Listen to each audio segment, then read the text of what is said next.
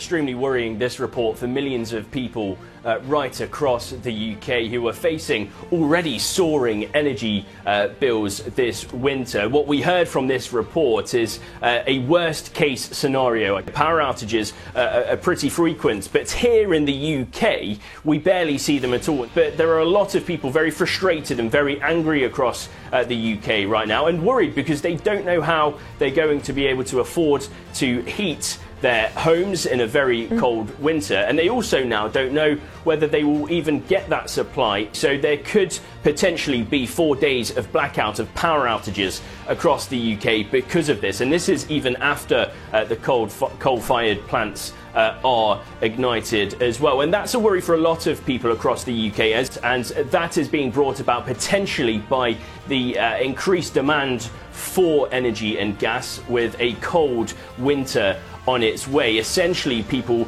might be using more gas than the UK can supply with.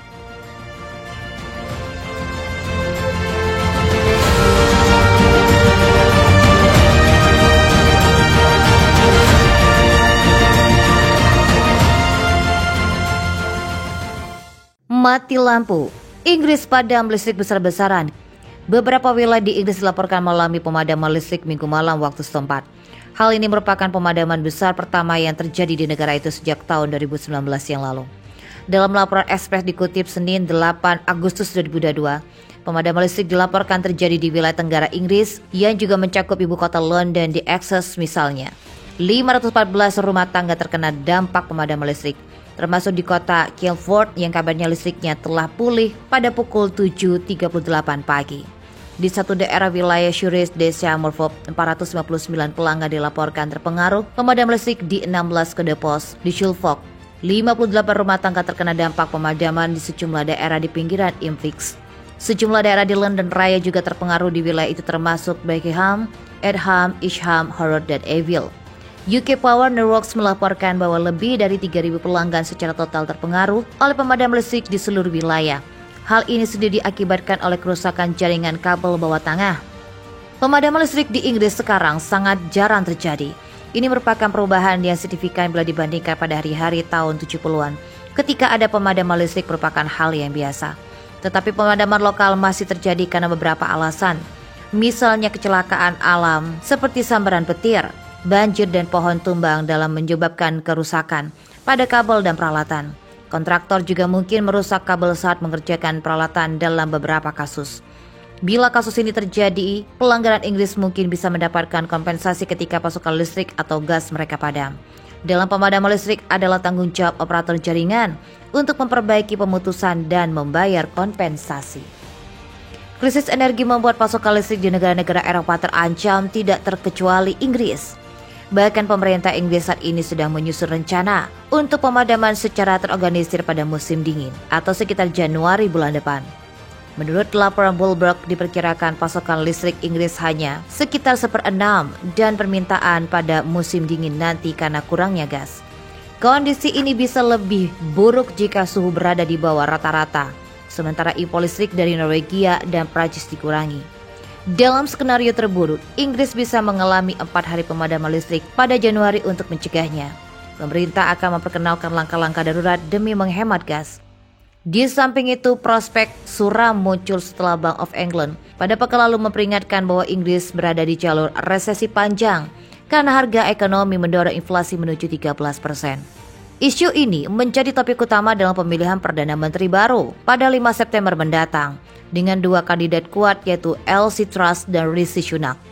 Badan amal kelompok bisnis dan politisi telah meminta Truss dan Sunak untuk menetapkan bagaimana mereka akan membantu rumah tangga berjuang untuk mengatasi perkiraan kenaikan 82% harga energi pada Oktober. Pada hari Senin 8 Agustus kemarin, pemerintah Inggris mendapat tekanan untuk segera menetapkan rencana dukungan bagi keluarga-keluarga dalam melalui peningkatan krisis biaya hidup. Sementara kelompok bisnis terkemuka dan mantan Perdana Menterinya mengatakan kekosongan politik tidak dapat dibiarkan berlangsung. Inflasi dan krisis energi yang terjadi di Inggris kini membuat warganya mulai menderita dan tidak tenang.